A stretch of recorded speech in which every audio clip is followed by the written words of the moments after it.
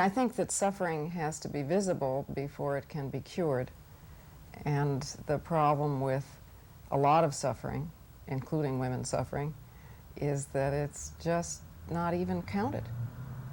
So at least naming it is the first step. For instance, when we talk about human rights, we don't usually include rights that can't also be applied to men.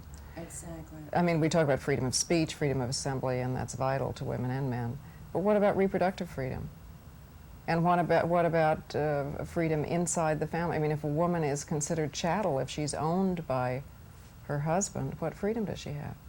Do you find that to be only in developing countries, more or less, or do we have remnants of that here in America? Oh, no. We definitely have it here. I mean, if there's a difference, it's only in degree, and sometimes I wonder if we don't have more to learn from the women of developing in third world countries than vice versa. Because our definitions of human rights, not even President Carter's, who pioneered on this issue, did not include women's rights at all, never have. Our foreign policy considerations do not include the status of women in a particular country as they might include, say, the status of other oppressed groups. We think of that type of abuse in developing countries, and although we have the First Amendment to protect our freedom of speech rights, you're being an editor and publisher. Has it affected you in Ms. Magazine? Well, yes, because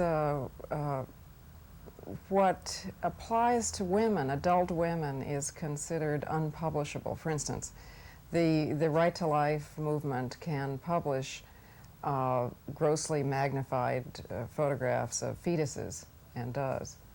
But when we try to publish one autopsy photograph of a woman dead from an illegal abortion, they tell us that that's obscene or too shocking. Who would you say they are? Your advertisers? Yeah, sometimes it's advertisers, sometimes it's newsstand dealers, sometimes it's television producers who would not show on television, for instance, the autopsy photograph I'm talking about, and yet would show fetuses, but not a dead woman. Sometimes could it be other women? Yes, but not so often, you see, because the thing is that whether we're feminists or not, or however we feel, we experience these things. So it's not so shocking to us somewhere deeply, if you know what I mean. I mean, it's, we are accustomed, say, to talking about menstruation with each other, at least. Whereas men might find this a completely alien or embarrassing. Humiliating, embarrassing subject, and how can it be serious? I mean, I remember Fannie Lou Hamer telling me that in the early days of the civil rights movement, she stood up in a SNCC meeting and said that she had been forcibly sterilized, that is, sterilized in a hospital without her knowledge, which happened to many, and happens to many women of color. And the males in SNCC, who were her brothers and supporters and good people, said, "Don't talk about that, that's embarrassing." And that's, you know, that's a problem. The definition of what is serious doesn't always, at least, include women, and we're trying to change that. Well, let's talk about then and now, because you talked about the civil rights movement, and hopefully it's still going on because we still have some of the same problems.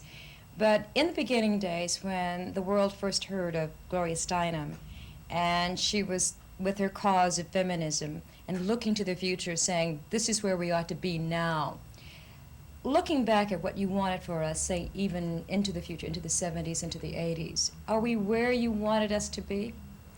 Well, it isn't that, you see, it's really very individual. I mean, it isn't as if one person has a vision for other women exactly. It's something we're all doing together. And I think we changed the definitions of leadership because of that. Because the whole idea is not so much what we choose, but that we give each other the power to make a choice. If you ask me what I thought would happen, you know, say 10 or 12 years ago, I thought it would be both worse and better. That is, I thought it would be worse in the sense that I don't believe I thought that we would now, as we do, have majority support for all of the issues. But on the other hand, if we did have majority support, I would have thought that we would be in positions of power, which of course we're not. I mean, I was naive about the degree to which the country really is democratic. I thought that if we got the majority of people to support the Equal Rights Amendment, it would be ratified, which of course isn't the case. You can't say Equal Rights Amendment and not have me follow up with some kind of comment. Gloria, will we ever have the ERA, or is that finished? Is that over? No, it's not over. It has to be reintroduced, as you know, into the House and the Senate, and with Ronald Reagan, the first Republican or Democrat ever to be against the Equal Rights Amendment in the White House, is not going to happen until we get rid of him, which I'm sorry to say we failed to do at election time, so we'll have to live with this for another 4 years. You mentioned a pivotal word, power, and one might say, well, look, one who's perhaps an adversary might say, well, there's Sandra Day O'Connor. I mean, you had a shot with Geraldine Ferraro. Isn't that enough? I mean... But, you know, I mean, as we know, you know, the point is not to get a job for 2 women, but to make life better for all women. So it's nice that those 2 women do well, and it does help us because it does help us to aspire and to break boundaries and so on, but it still is only 2 women.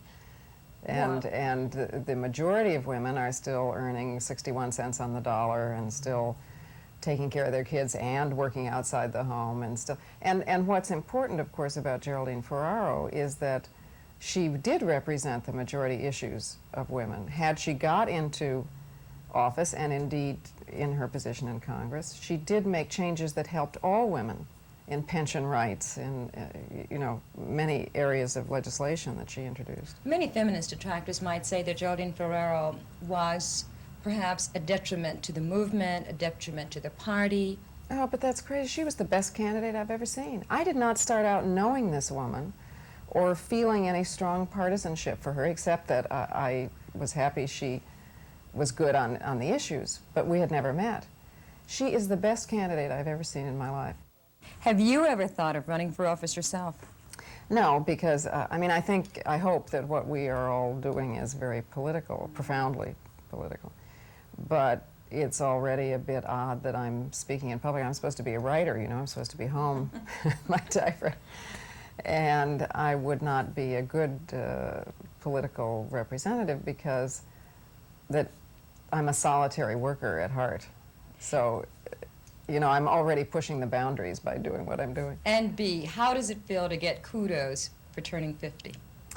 Well, it's a little odd. I mean, I don't think we should be rewarded only for surviving, but I understand that age is really a problem for women. I mean, I realized that when I turned 40 and said it publicly and got more response to that than to other, hopefully more serious things I might have said. Can I say something chauvinistic? One, you don't look 50. I don't know what 50 is supposed to look like. Well, that's the point. 50 looks, there are as many different kinds of 50 as there are people who are 50.